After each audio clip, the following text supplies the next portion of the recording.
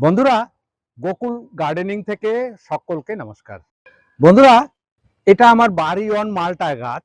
এটা আমার 25 লিটারের হাফ ড্রামে ছাদে আছে। সেপ্টেম্বরের মাঝামাঝি মিক্সড অর্গানিক ফার্টিলাইজারের সঙ্গে একটা স্পেশাল খাবার প্রয়োগ করেছিলাম এই গাছে। স্পেশাল খাবারটা হলো একটা 400 গ্রাম ওয়েটের পাঙাশ মাছ ড্রামের মাটিতে দিয়ে তার উপরে আরও বেশ কিছুটা মাটি চাপা দিয়ে রেখেছিলাম। অল্প কদিনে মাছটা পচে গিয়ে গাছের উপযুক্ত প্রয়োজনীয় সারে পরিণত হয়েছে এবং সেটা গাছ গ্রহণ করা শুরু করেছে।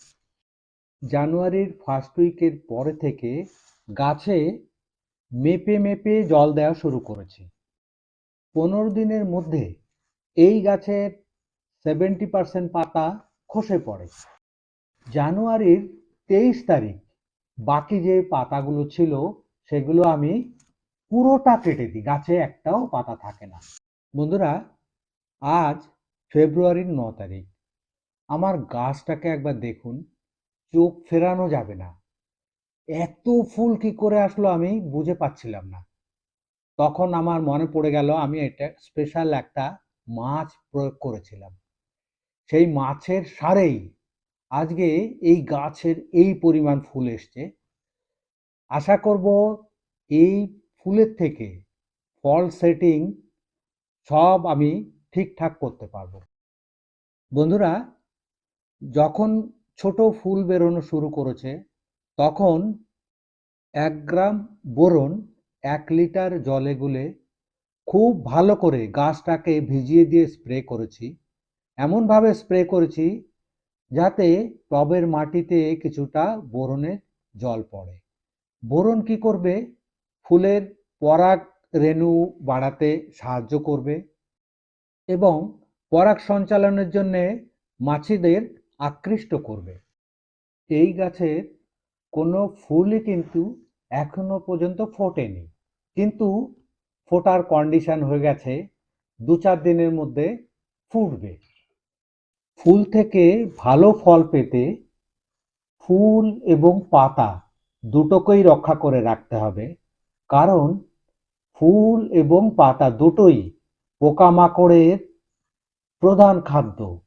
এরা চান্স পেলেই কিন্তু আপনার পাতাকে এবং ফুলকে নষ্ট করে দেবে। বন্ধুরা, আমি আগেই বলেছি এই গাছের কোনো ফুল এখনো ফোটেনি। ওষুধ স্প্রে করার এখনই আইডিয়াল সময়। কপার অক্সিক্লোরাইড 1 গ্রাম এবং ওস্তাদ 1 ml এই দুটোকে 1 লিটার জলে গুলে খুব ভালো করে গাছ ভিজিয়ে স্প্রে করে দিতে হবে। সঙ্গে কিন্তু কাণ্ড স্প্রে করে দিতে হবে, কাণ্ডে যেন কোনো পোকামাকড় বাসা বাঁধতে না পারে। বন্ধুরা, একটা কথা মনে রাখতে হবে, ফুল ফুটে গেলে কোনো রকম স্প্রে করা চলবে না, তাতে পলিনেশনের বাধা হবে। আরেকটা জিনিস বন্ধুরা খেয়াল রাখতে হবে, এই সময় টবের মাটি যেন কোনো কন্ডিশনে শুকিয়ে না যায়। শুকিয়ে গেলে গাছের ফুলগুলো কিন্তু পড়ে যাওয়ার চান্স থাকবে। গাছে আবার কখন স্প্রে করা যাবে সেটাও শুনে নিন।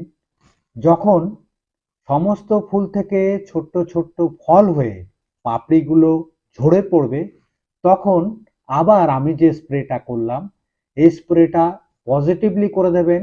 তখন করবেন হচ্ছে ফল রক্ষা করার জন্য। এসব কিছু করার পরেও একটা খুব ভাইটাল কাজ বাকি আছে, ওটা না করলেই ফল সেটিং ঠিক মতো হবে না। আপনাদের কি করতে হবে? মাছিরা কি করে আসবে তার অ্যারেঞ্জমেন্ট করতে হবে। আমি যেমন করি, আমার কিচেন ওয়েস্ট পচা একটা ড্রামে সবসময় রেডি থাকে। বন্ধুরা, গাছের নিচে এই পাত্রটায় কিচেন ওয়েস্ট পচা আছে। ভোরবেলা উঠে আমি এই কিচেন ওয়েস্ট পচাটা একটা লাঠি দিয়ে ঘেঁটে দিই। ঘেঁটে দিলে কি হয়, এটার কিচেন ওয়েস্ট পচার যে গন্ধটা এটা চারিদিকে ছড়িয়ে পড়ে। এই গন্ধে আকৃষ্ট হয়ে মাছিরা এখানে আসে, ফোটা ফুলগুলোকে পলিনেশন করে এবং এই পলিনেশনের জন্যই ফ্রুট সেটিং অনেক বেশি হয় বন্ধুরা। বন্ধুরা, একটা কথা মাথায় রাখতে হবে, পলিনেশনের জন্য পোকামাকড় কিন্তু এখন অনেক কম দেখা যায়।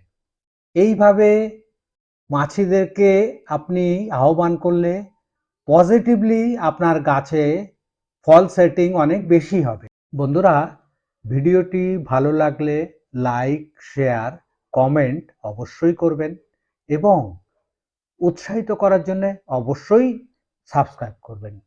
সম্পূর্ণ ভিডিওটি দেখার জন্য সকলকে অনেক অনেক ধন্যবাদ বন্ধুরা।